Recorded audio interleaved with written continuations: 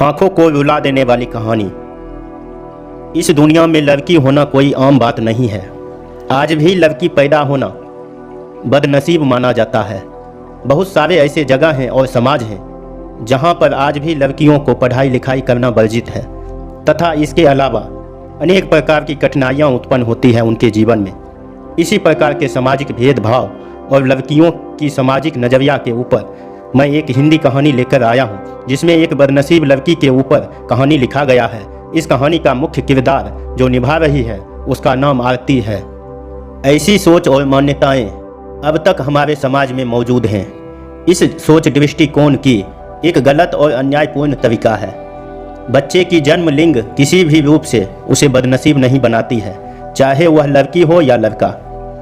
लड़की पैदा होना समाज की समृद्धि और समानता की एक महत्वपूर्ण अंग है। महिलाओं की शक्ति और योग्यता का पहचान कराना हमारे समाज को बेहतर बना सकता है।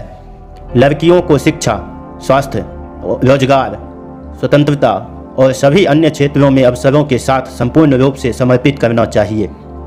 अब भी बहुत से समाजों ने इस परिस्थिति को संशोधित किया है और महिलाओं की सामाजिक, आर्थिक और सांस्कृतिक स्थिति में सुधार हुआ है। यह उन्हें अपने पूरे पोटेंशियल का उपयोग करने की स्वतंत्रता प्राप्त है।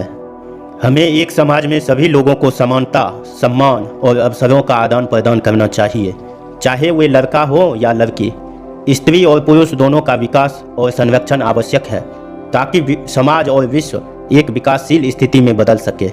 तो इसी पे मैं आज यह कहानी लेके आया हूँ। आरती बचपन से ही पढ़ने में बहुत कमज़ोर थी। उसका शरीर का रंग सांवला था, चेहरे का डिजाइन कुछ खास नहीं था। औरों के अपेक्षा भगवान उसके दांतों के भी बनावट अच्छा नहीं दिए थे। आरती का चेहरा अच्छा ना होने के कारण स्कूल में बच्चा अक्सर उसे चिढ़ाते रहते थे। कोई आरती का फ्रेंड बनने के लिए तैयार नहीं था।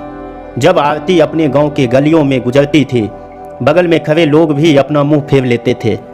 आरती को इस बात से बहुत ज़्यादा पीड़ा होती थी। वह यह नहीं समझ पा रही थी क्योंकि वह बहुत छोटी बच्ची थी।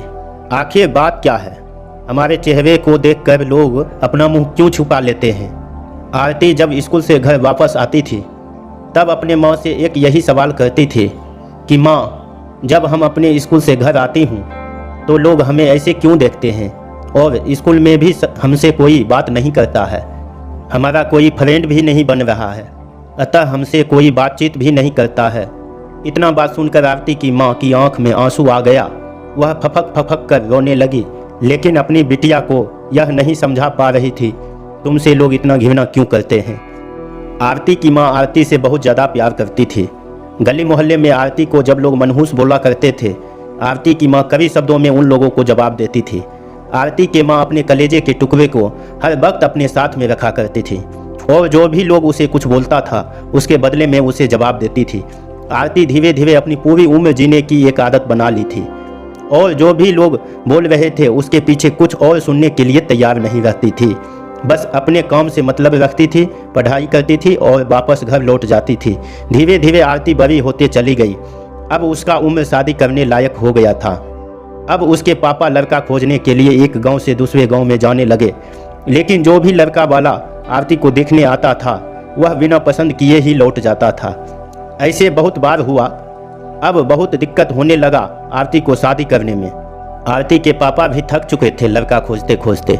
ऐसा कोई गांव नहीं था जिस गांव में आरती के पिता लड़का खोजने के लिए नहीं गए थे। अब आरती के पापा भी गुस्से में आकर आरती को मनहूस बोलना चालू कर दिया। लेकिन माँ तो माँ होती है जो सभी लोगों को समझाती थी और आरती के बारे में भला बुरा कहने वालों को सबक सिखाती थी। भगवान ने भी आरती के साथ बहुत ही क्रूरता वाली मजाक किए थे। शरीर के बनावट ऐसे बना दिए थे जिसे देखकर कोई भी लड़का पसंद ही नहीं करता था। आरती भी इस बात को लेकर चिंता कर रही थी कि पापा हमारे लिए इतना दूर दूर तक जाते हैं लड़का देखने के लिए, लेकिन हमें कोई पसंद नहीं करता है। आरती अपने कामों में ज़्यादा व्यस्त रहती थी। वह खाना बनाने में बहुत ज़्यादा समय देती थी। आरती को खाना बनाने में बहुत ज़्यादा ही मज़ा आता था। आरती ने बहुत सारे खाना बनाने के रेसिपी के बारे में जानकारी हासिल कर ली थी। इसके लिए उन्होंने किताबें, रेडियो, टीवी चैनल पर वीडियो देख ली थी। आरती के द्वारा बनाया गया खाना बहुत स्वादिष्ट और टेस्टी होता था।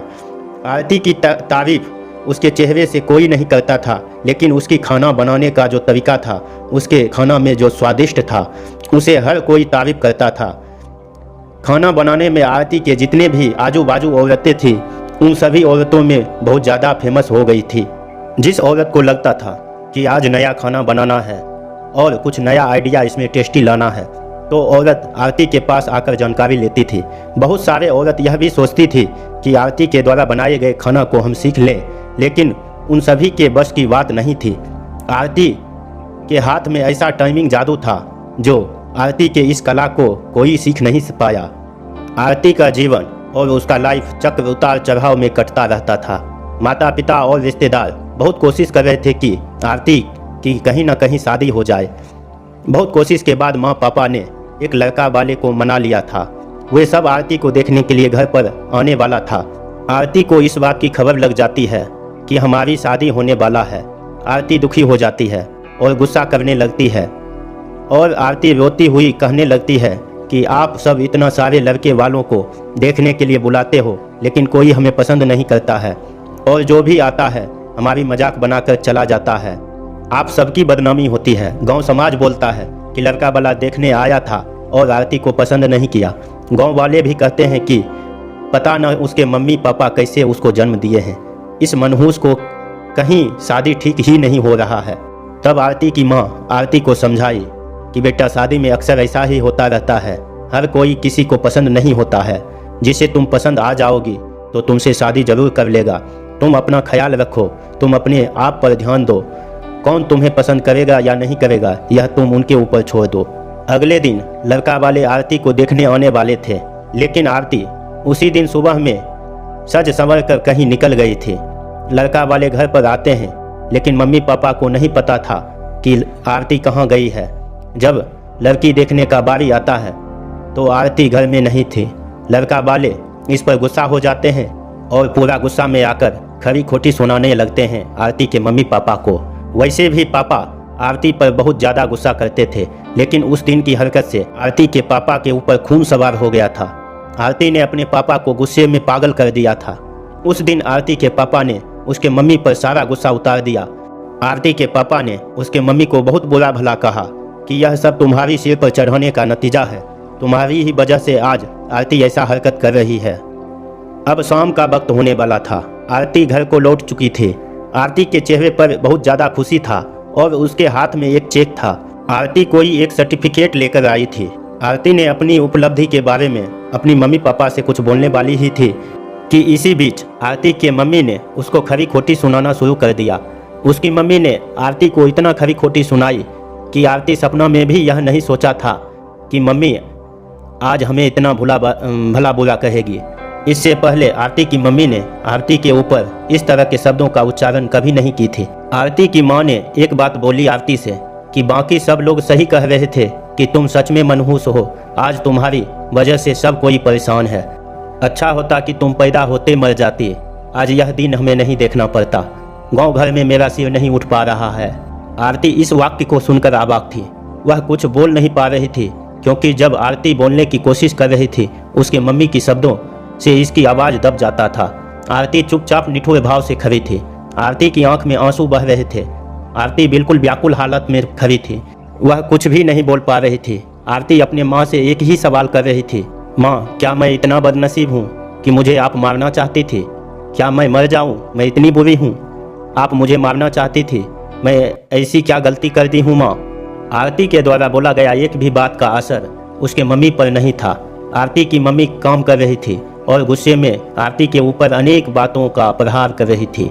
आरती निठुर भाव से अपनी मम्मी की ओर देख रही थी और उसके बातों को सुन रही थी। आंख से आंसू बह रहे थे, लेकिन आरती चुपचाप खड़ी थी। आरती अपने माँ से एक ही सवाल करती थी, माँ क्या तुम मुझे मारना चाहती हो? गुस्से में माँ ने भी हाँ बोल दिया। आरती बिना एक पल बिताए ही सीधा अपने कमरे में जाकर दरवाज़ा बंद कर लेती है और 1-2 मिनट बाद मम्मी का गुस्सा शांत होता है। तब आरती के मम्मी को अपनी गलती का एहसास होता है। उसकी मम्मी आरती के रूम के तरफ गई और दरवाज़ा खोलने के लिए बोली, लेकिन आरती ने अपने रूम को अंदर से बंद कर लिया था। आरती की माँ ने जब देखी कि आरती अंदर से दरवाज़ा बंद कर ली है, तब आरती की माँ ने सोची यह कोई गलत कदम नहीं उठा ले। इसलिए आरती के मम्मी ने उसके पापा को तुरंत कॉल किया। उनको वह तुरंत घर आने को बोली। दोनों ने दरवाज़ा खोलने के लिए काफ़ी कोशिश की, लेकिन आरती ने दरवाज़ा नहीं खोली।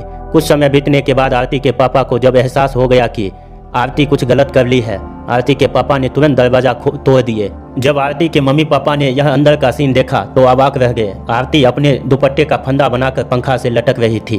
अभी ज़्यादा वक्त नहीं हुआ था, वह सिर्फ बेहोश हुई थी। उसकी माँ और पापा ने दोनों मिलकर तुरंत उसे पंखा से छुड़ाकर नीचे उतारा, फिर गले से दुपट्टा निकाला और बेड पर आरती को लेटा दिए। स्थिति को देखते हुए उन्होंने तुरंत डॉक्टर को कॉल लगाए।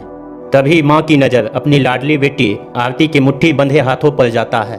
हाथ में एक चिट्ठी रहता है और टेबल पर परी 50,000 का चेक मिलता है, जिसमें 5 स्टार होटल में शेफ की नौकरी करने के लिए कन्फर्मेशन लेटर आया था। उसी कन्फर्मेशन लेटर और चिट्ठी को लेने के लिए आरती बाहर गई हुई थी। कुछ ही समय में डॉक्टर आ जाते हैं और डॉक्टर आरती का इलाज करते हैं। डॉक्टर आरती के चेकअप करने के बाद बोलते हैं कि शुक्र है लड़की बच गई, कुछ सेकंड और देरी होता तो यह लड़की हम सभी के बीच नहीं रहती। आरती बेड पर बेहोश अवस्था में पड़ी थी। डॉक्टर ने बोला आरती धीरे धीरे कुछ घंटों में ठीक हो जाएगी, मैं दवा लिख दे रहा हूँ जिसे आप मेडिकल स्टोर से मंगा लीजिए। उसके बाद माँ और पापा ने उस चिट्ठी को खोलकर पढ़ा, जिसमें कुछ इस प्रकार लिखा था। मम्मी और पापा, मैं जानती हूँ कि मैं जन्म से लेकर आज तक कोई ऐसा कार्य नहीं की जिससे आप लोगों को गर्व महसूस हो, लेकिन मैं आपसे बताना चाहता हूँ कि मैं खाना पकाने में नेशनल लेवल कंपटीशन को जीत चुकी हूँ।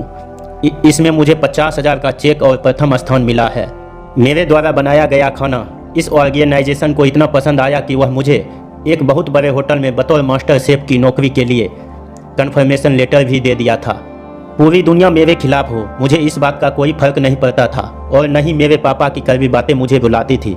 मैं पापा से हर वक्त प्यार करती थी और मम्मी को दिल से चाहती थी। मैं जानती थी कि मम्मी पापा केवल बाहर से ही इतने सख्त दिखते हैं, लेकिन अंदर से बहुत ज़्यादा मुझसे प्रेम करते हैं।